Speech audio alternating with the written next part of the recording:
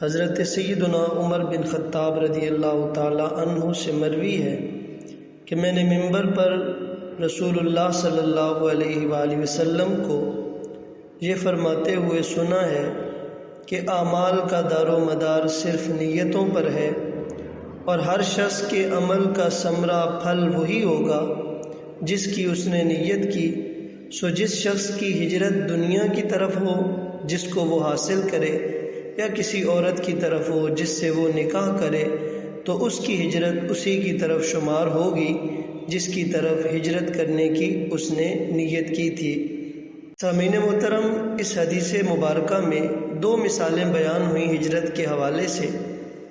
ہجرت ایک سنت عمل ہے، لیکن اس سنت عمل کو کون کس نیت سے ادا کر رہا ہے وہ فیصلہ نیت کے مطابق ہوگا۔ سو مثال بیان ہوئی کہ دنیا کو حاصل کرنے کے لیے ہجرت کی یا کسی عورت سے نکاح کرنے کے لیے ہجرت کی، تو پس اس کی نیت جو تھی اسی کے مطابق اس کے ساتھ معاملہ ہوگا۔ یہ ہجرت اگر اللہ اور اس کے رسول کی رضا کے لیے ہوگی تو یقیناً یہ ہجرت کرنا اس ہجرت کرنے والے کے لیے باعث اجر و ثواب ہوگا۔